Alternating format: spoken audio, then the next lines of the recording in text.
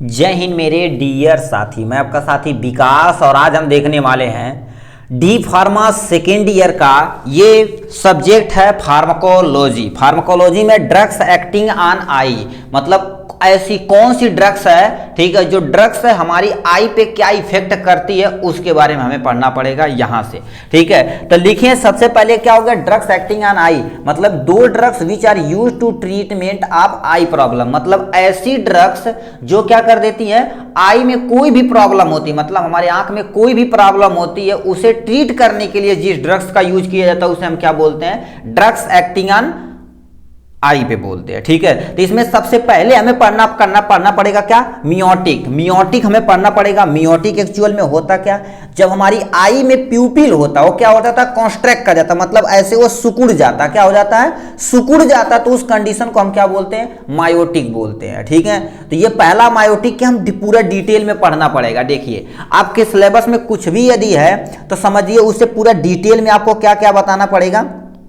पहले definition, classification, pharmacological action, indication, dose and contraindication आपको बताना ही बताना पड़ेगा। ठीक है, तो इसी के बारे में हम क्या कर देते हैं, आज पूरा डिटेल में आपको बता रहे हैं यहां से। तो सबसे पहले हम क्या कर देते हैं, यानी मायोटिक के बारे में थोड़ा सा जान लेते हैं। तो मायोटिक क्या होता है, miotic are drugs that causes the constriction of pupil, मतलब मायोटिक देखा जाए एक तरह का ड्रग्स होता है जब हमारी प्यूपिल जो होती है कॉन्ट्रैक्ट कर जाती है, मतलब कॉन्स्ट्रैक्ट में सिकुड़ जाती है, तो उस कंडीशन में इस दवा का हम क्या कर देते हैं, यूज करते हैं। नेक्स्ट पॉइंट में क्या लिखा, प्यूपिल इज कंस्ट्रक्टेड, मतलब क्या प्यूपिल जो कंस्ट्रक्ट होता है बाय द, ठीक है, by the parasympathetic nerve stimulate होता है, पैरासिम्पैथिक नर्व एंडिंग ब्लॉकेज हो जाता है, तो इसको हम क्या बोलते हैं, ठीक है, इसको हम क्या बोलते हैं, मियोटिक्स बोलते हैं। ठीक है, तो इसके बारे में हमने इसमें होता क्या, जो पैरासिम्पैथिक नर्व स्टिमुलेट होता है, देखिए एक हमारे पास सिंपैथिक, एक हमारे पैरासिम्पैथिक। जो पैरासिम्पैथिक होता है हमारी जो आंख होती है उसे कॉन्ट्रैक्ट कराने का काम करता है। ठीक है,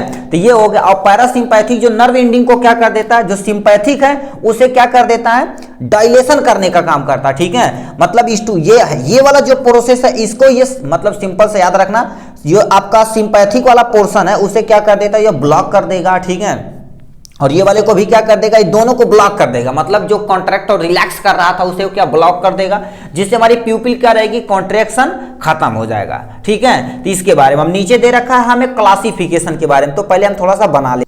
ठीक है, तो हम क्लासिफिकेशन पहले डिटेल में देख लेते हैं। देखिए क्लासिफिकेशन आपके सिलेबस में, ठीक है, इसमें यदि सिलेबस में तो दिया मगर बुक वगैरह में बहुत सारे बुक में नहीं दिया, तो इसमें हमें देखना पड़ेगा क्या। देखिए क्लासिफिकेशन एक डायरेक्ट एक्टिंग होता है और एक इनडायरेक्ट एक्टिंग होता है, एक डुअल एक्शन होता है और लास्ट में रिएक्टिवेशन आप एसिटिकोलाइन स्ट्रेस होता है, मतलब क्या होता है, एसिटिकोलाइन जो होता है, एसिटिकोलिन होता है, उसको क्या कर देता है, स्ट्रेस करता, उसमें भी ये वर्क करता। मतलब इन्हें फर्दर 4 में डिवीजन किया गया है। एक डायरेक्ट एक्टिंग, मतलब ऐसी दवा जो डायरेक्ट एक्ट कर जाती है, ठीक है, हमारी यानी कंस्ट्रक्शन ऑफ प्यूपिल को सही कर देती है। ठीक है, एक हमारे पास इनडायरेक्ट होती है, दूसरा क्या होगा, डुअल एक्शन के अंतर्गत आता है। तो इसमें यानी देखा जाए तो ये सब नीचे क्या होता है, दो एग्जाम्पल, आप यदि क्लासिफिकेशन आएगा तो क्लासिफिकेशन थोड़ा सा लिख के और क्या कर देंगे, थोड़ा थोड़ा एग्जाम्पल देकर आपको खत्म कर देना।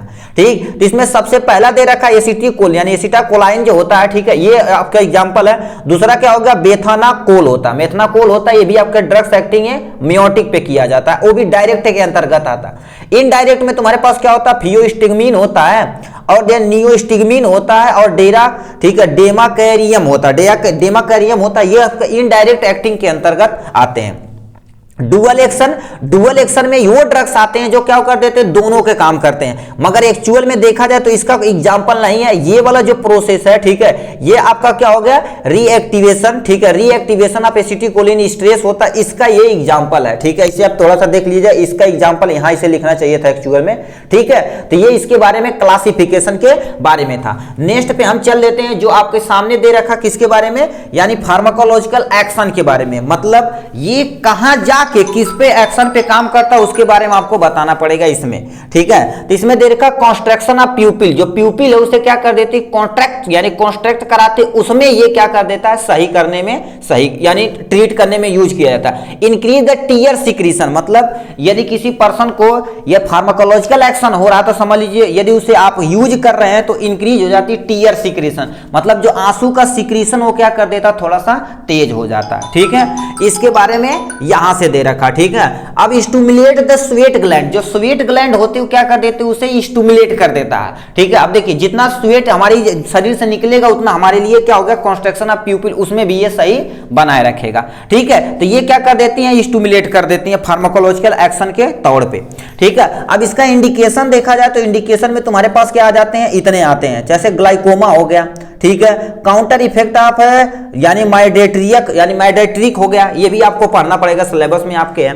टू डायग्नोस, ठीक है, एल्डेस टॉनिक प्यूपिल, मतलब क्या कर देता है, एल्डोस टॉनिक प्यूपिल को क्या कर देता है, ये डायग्नोस करने के लिए ये ट्रीट किया जाता है, ठीक। अब हम कैसे डोज एक्चुअल में देंगे, मतलब कोई तो डोज होना चाहिए दवा का, हाँ यस सर। इसमें क्या होगा, पिलोकार्पिन 2%, मतलब ये मोस्टली सोल्यूशन के अंतर्गत ही आते हैं, ठीक है। पिलोकार्पिन 2%, 1 ड्रॉप एवरी 15 मिनट, मतलब क्या होता है, हर एक देखा जाए 15 मिनट के अंतराल में इसे डालना पड़ता है, ठीक है। फियो, ठीक है, फाइसोस्टिग्मिन 4 टाइम ए डे, मतलब क्या कर देता है, देखा जाए तो दिन भर में कम से कम आपको कितना बार, 4 बार इसे क्या कर देना, डालना पड़ेगा, ठीक है।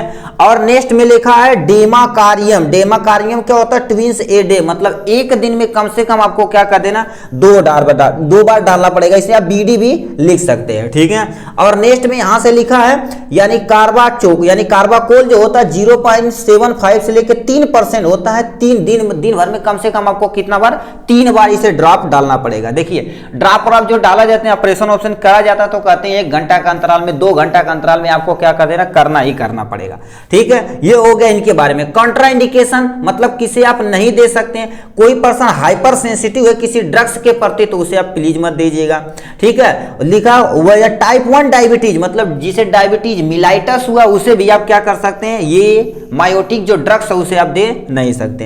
कार्डियक डिजीज, मतलब कार्डियक डिजीज क्या होता है, जिसे मान लेते किसी पर्सन को कार्डियक डिजीज हुआ, मतलब हृदय रोग किसी को, तो उसको भी बिना यानी किसी के वीआईपी सर्जन के देखभाल के अनुसार, प्रॉपर चेकअप के अनुसार उसे आप दे नहीं सकते। इनफेंट मतलब क्या होता है, कोई बेबी है उसे भी ये मेडिसिन आप दे नहीं सकते हैं। ओल्ड भी ऑफ द बाई क्या होगा, डायलेटेड होना चाहिए, डायलेटेड पेशेंट, मतलब सिंपल से समझिए ओल्ड जो पेशेंट है, ओल्ड एज का जो पेशेंट है उसे भी आप क्या कर सकते हैं, ये नहीं दे सकते हैं, ठीक। तो इतने का क्या हो जाएगा, कंट्रा इंडिकेशन हो जाएगा। तो हमें कोई भी यदि आप डिजीज आए, जैसे मायोटिक आ गए, ठीक, तो उसकी डिफिनेशन पहले लिख दिए, फिर क्लासिफिकेशन लिख दिए, फिर फार्माकोलॉजिकल एक्शन लिख दिए, इंडिकेशन लिख दिए, डोज लिख दिए, और क्या हो गया, कंट्रा इंडिकेशन लिख देंगे तो आपका काम एंड हो जाएगा। मतलब इतना आपको क्या कर देना, अपना करना ही करना पड़ेगा, ठीक। आज के लिए बस इतना ही, फिर मिलेंगे नेक्स्ट वीडियो में नेक्स्ट टॉपिक के साथ, तब तक के लिए bye bye and take care.